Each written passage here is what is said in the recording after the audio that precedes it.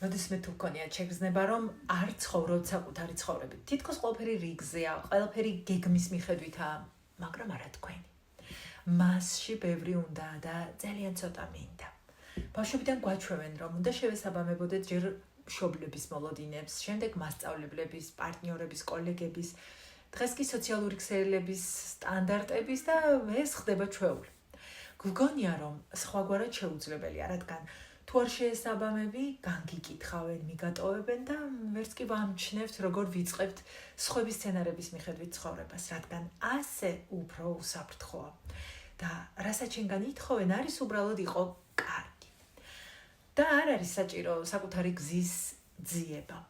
მაგრამ ამ სიკარგეს რა თქმა უნდა აქვს თავისი ფასი. დამოუკიდებლობის და ენერგიის დაკარგვა.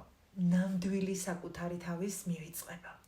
რა თქმა უნდა, სრულიად გათავისუფლება სხვების მოლოდინებისგან ვერ შევძლებთ, რადგან ასე ამოწყობილია სამყარო, რომ ყველა ამა თუ იმ ფორმით ვეწყობით ერთმანეთს, მაგრამ მნიშვნელოვანია ვამჩნევდეთ, როდის მოქმედებთ ავტომატურად და სურვილიდან მოერგო სხვას და როდის მოქმედებ თვითონ ზრდასრული ნაწილიდან.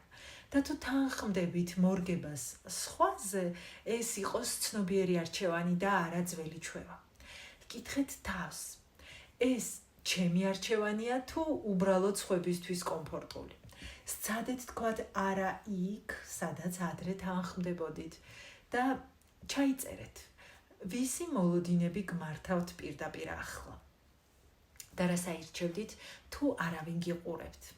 თქვენი ცხოვრება, თქვენი პროექტია. არც თქვენი მშობლების, არც პარტნიორის ან კრიტიკოსების, მხოლოდ თქვენი. შენ თუ შეგიძლია საკუთარი თავის არჩევა, მაშინაც კი, თუ ეს სხვებისთვის ხელსაყრელი არ არის, დაწერე კომენტარებში.